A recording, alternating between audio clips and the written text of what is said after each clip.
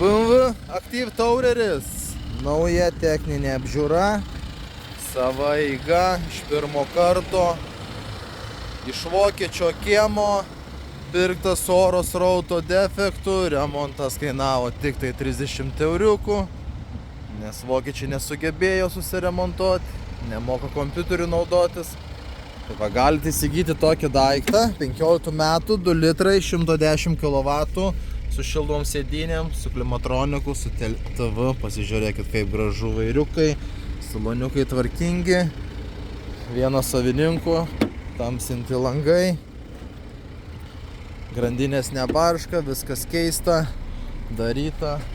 Labai tvarkingas automobiliukas. Nei viena detalė neperdažyta. Toks šeimyninis.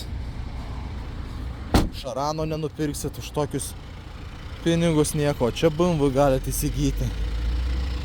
Tikrai tvarkingas automobilis, nauja techninė apžiūra, praėjęs defektaciją. Tokio automobiliuko galite įsigyti už 6,5 tūkstančio eurų. Jeigu domina, skambinkit, rašykit. Ar atvykit į vietą, pasižiūrėsit, užsikursit šaltą. Taikos prospektas 145C.